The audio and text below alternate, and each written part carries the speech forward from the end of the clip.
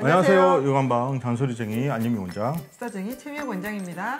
오늘은 최근에 한의원에 내어난 6세 아이에 대한 얘기를 한번 나눠볼까 합니다. 제 환자였는데요. 이제 그 아이의 주 증상은 코가 너무 많이 막히고 밤에는 코를 많이 골면서 수면 무호흡까지 올 정도로 이제 축농증 증상이 심한 상태였어요. 병원에서 이미 뭐 항생제 같은 거 많이 먹었었고, 그러나 3주, 4주 가까이 먹어도 자꾸 이게 낫지 않고 코가 뒤로 넘어가서 기침 때문에도 잠을 깨는 정도? 그 정도였습니다. 뭐 저희 한의원에 좀 많이 오는 친구죠. 코와 관련된 증상만 있었던 건 아니겠죠? 네, 그렇죠. 오늘의 포인트는요, 뭐 코 감기나 코 막힘으로 한의원 오는 경우는 많은데 그 원인이 코에서만 있지 않았다는 것이 포인트입니다. 그렇죠. 네, 근데 맞아요. 이 아이는 코에 관련된 증상 말고 최근에 입병이 입 안에가 나서 음식 먹기도 힘들었고요. 편식도 심하고 질긴 고기는 아예 잘 안 씹으려고 하고요. 6세인데도 아주 고기를 못 씹어요. 그러니까 부드러운 고기만 먹고 고기를 썩 좋아하지 않는답니다. 그렇죠. 그러니까 엄마가 억지로 먹이는 상황. 예, 그리고 아침마다 배가 아픈데 대변을 보면 그 시원하지 않은 일이 반복적이었대요. 그래서 배앓이는 그냥 좀 하루 종일 조금 있었던 증상은 코에 관련 증상인데 어머니가 대수롭지 않게 배앓이 부분을 얘기를 하셨던 거예요. 그래서 제가 그때 포인트를 알았죠. 이 아이의 증상은 코 때문에 이 증상이 배 아픈 게 온 게 아니라 배 아픈 증상을 관찰하다 보니 코막힘, 입병, 편식 이런 것들이 다 같이 오는 상황인 거예요. 그렇죠. 이게 저희가 한방 쪽에서 보게 되면 전체적으로 보거든요. 네. 그렇게 한방에서는 폐, 대장을 같이 봅니다. 그렇죠. 호흡기 약한 애들이 장에도 분명히 문제가 있는 경우가 많습니다. 체크를 해보니 이제 이 아이가 엄마는 워킹맘이었어요. 그러니까 아이를 한 몇 달 전부터 밥도 잘 아침에는 좀 안 먹고 해서 바쁘죠. 바쁘잖아요. 저도 워킹맘이지만 아침밥 해주기가 힘들어요. 근데 그나마 우리 아이는 뭐 아시잖아요. 목성이 좀 좋아서 밥을 꼭 먹고 가야 되는 아이. 어릴 때부터. 그래도 우리 아들입니다. 안 원장님 아들. 우리 아들. 우리 아들? 그렇지 않은 아이들이 많은가 봐요. 아침에 힘들어서 어머님이 우유에다 시리얼을 말아서 아침 식사로 대체하는 거예요. 왜 이런 일이 있냐면 워킹맘이기도 하지만 유치원이나 어린이집에서 아침 간식으로 죽이나 떡이 나오는 데가 많은 거예요. 그러니까 어머니는 아침 식사에 신경을 크게 안 쓰시고 그냥 대충 먹여서 보낸다? 아침에 식욕도 안 좋으니까라고 생각을 하시고 그렇게 계속 시리얼 먹였던 거예요. 그런데 그게 문제일 거라고 생각 안 하셨는데요.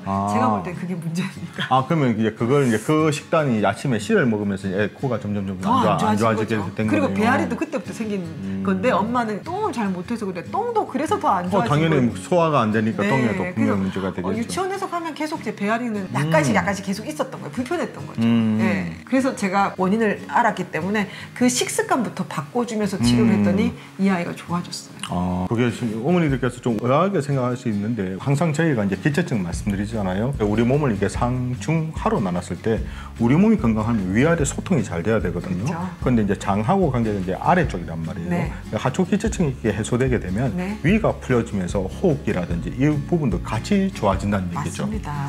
장이 편안해지면요. 이쪽에 관련된 코 좋아지겠죠? 근데 코 부분도 그렇지만 코하고 목이 연결되는데 그래서 입 안이 잘 헐거나 뭐가 자꾸 염증이 생기는 아이들도 사실 코하고 목 쪽이 소통이 잘 되면 이쪽도 병이 좀 쉽게 낫거나 잘 발생하지 않게 됩니다. 이 아이 같은 경우는 제가 봤을 때 우유가 생각보다 소화가 잘 안 되거든요. 네. 우유가 좀 차가운 성질에 또 속하게 되고 네. 우유의 유지방이 사실 아토피라든지 알레르기를 유발시킬 뿐만 아니라 소화에 부담이 되기 때문에 어떤 분들은 우유를 아예 먹지 말자는 사람들도 있긴 하거든요. 염증이 많이 나온다고 얘기하시는 분이 많습니다. 네, 그렇지만 저희 같은 경우는 또 아이가 성장기 때 필요한 칼슘이라든지 무기질을 대신할 만한 음식이었기 때문에 먹기는 먹되 적당량. 그렇죠. 우유를 완전 끊으라고는 안 하고요. 그것도 아침에 빈속에 먹이시는 말. 그렇죠. 네. 보통 이제 오후에 제가 간식으로 해서 네. 한 잔씩 먹는 거는 상관없는데 아침에 네. 먹기에는 좀 부담이 되는 데다가 시리얼 같은 경우도 이 친구는 제가 봤을 때 소화력이 분명히 약한 아이거든요. 네. 근데 그거를 이제 시리얼을 먹다 보니까 분명히 배에 가스도 많이 차고 네. 속도 안 좋고 네. 배변에 문제가 생긴 거예요. 그렇죠. 그러면 배에 가스가 차면서 우리가 위아래 소통이 안 되도록 이게 명치 쪽이라든지 배에 가스 차면서 이게 막혀버렸을 거거든요. 네. 그러면서 이제 코라든지 호흡기가 문제가 생기겠죠. 네네네. 그래서 어른들이 예전에 아침엔 곡기를 채워야 한다고 말씀하시는 얘기가 제가 이제 기억이 나는데요. 아침엔 그 곡기라는 게 쌀이 들어있는 음식을 먹어야 합니다. 밥을 먹어야 된다는 얘기라 죽도 괜찮고요. 누룽지도 끓이라고 저는 얘기를 하거든요. 그렇게 조금 쉽게 하는 방법도 있으니 우유와 시리얼은 먹이지 마시라고 제가 그때 약간 솔루션을 드렸던 케이스인데요. 지금 이 방송을 보신다면 혹시라도 아이한테 우유와 시리얼로 아침을 대신하고 있는 건 조금 먹지 않도록. 자, 여기도 앞에 전제 적고 있습니다. 소화력이 약한 아이들. 우리 아이가 코막힘을 고생한다고 그러면 코만 보는 게 아니라 네. 소화가 관계될 수 있는 아이의 복통이라든지 식욕부진 등도 문제가 생길 수 있는지 아니면 변의 문제가 생기느냐 체크해보는 것도 중요하다고 저희가 한 번 더 말씀을 드리는 겁니다. 네, 그렇죠. 이제 이 코 증상으로 이번에 많이 내원을 하셨지만 예전에는 이제 배가 자꾸 아파요 하고 온 아이도 시리얼과 우유의 문제였어요. 그 아이도 아마 소화기가 약했던 아이겠죠. 그래서 이렇게 우리 아이가 좀 소화기가 약하다면은 아침 식사는 꼭 밥을 먹일 수 있는 쌀을 먹일 수 있는 쪽으로 조금 좀 그렇게 해야 됩니다. 속만 편해져도 네. 호흡기가 좋아지거든요. 네. 진료하면서도 정말 신기하게 생각하는 게 몸은 유기적으로 관계가 돼 있구나 생각이 듭니다. 네. 자, 이처럼 궁금한 육아 정보는 언제든지 댓글 달아주시면 준비해 보도록 하겠습니다. 우리 아이들 위한 잔소리쟁이 안유미 원장, 수다쟁이 최미영 원장이었습니다. 좋아요, 구독하기도 잊지 마시고요. 다음 영상에도 만나 뵙겠습니다. 육아는 한방.